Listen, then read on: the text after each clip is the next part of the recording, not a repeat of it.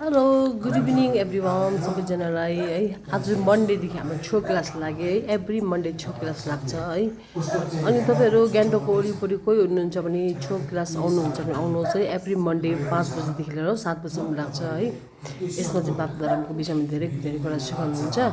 यसको एड्रेस हो च्यानबारी, माथि अप्पर च्यानबारी है। अनि तपाईँको यो चाहिँ सेरुगुम्बाको यो टपमा चाहिँ क्लास दिएको छ है। त्यसले गर्दाखेरि जो पनि आउनु सक्नुहुन्छ तपाईँहरू है। हामी एभ्री मन्डे यहाँ हुन्छौँ। माथिको घेलाले चाहिँ पाप धर्मको विषयमा धेरै कुरा सिकाउनुहुन्छ, राम्रो राम्रो सिकाउनुहुन्छ। यसमा पैसा केही लाग्दैन, फ्री हो है। फर्स्ट एकपल्ट आउँदा चाहिँ 500 लाग्छ, त्यहाँदेखि पैसा लाग्दैन है। हामी पनि एभ्री मन्डे यहाँ आउँछौँ है। छो क्लास सुन्छौँ, पाप धर्मको विषयमा राम्रो नराम्रो कुराहरू के गर्दा राम्रो हुन्छ, के गर्दा नराम्रो हुन्छ है। अनि बिहान उठ्दाखेरि हामीले कुन चिज छुयो गर्नुपर्छ, बेलुका सुत्ने बेलामा के गर्नुपर्छ, सबै सिकाउनुहुन्छ उहाँहरूले है।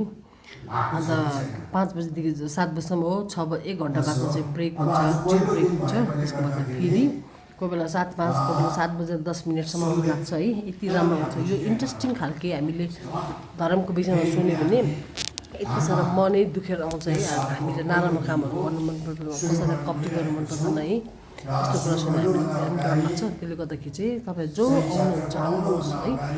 अनि यो चाहिँ मन्डे मात्रै लाग्छ, अरू बेला चाहिँ तपाईँले जहाँ जे गर्दा पनि भइगयो। मन्डेको दिन चाहिँ तपाईँले आउनुहोस् है। राम्रो राम्रो कुराहरू सुन्नुहोस् है। यो कुरा हामीले एकदम सिक्नु जरुरी छ है। चाहे हिन्दू होस्, चाहे बुद्धिस्ट होस्, जे पनि होस् है। हामीले मरेर राम्रो के पाउँछ, जिउँदो भन्दाखेरि हामीले मान्छेलाई राम्रो गर्दा नराम्रो गर्दा हामीले के हुन्छ, यहाँ सबै सिकाउँछ।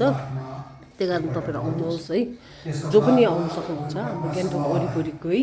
अब गान्तोकदेखि टाढो हुन्छ हामी अब भन्नु सक्दैन। गान्तोकतिर बस्नुहुन्छ र कसैलाई इन्ट्रेस्ट छ भने चाहिँ तपाईँ च्यानबारीमा आउनुहोस्। यदि भएन मलाई मेसेज गर्नुहोस्, म तपाईँलाई साथी गरिदिन्छु। एभ्री मन्डे लाग्छ है।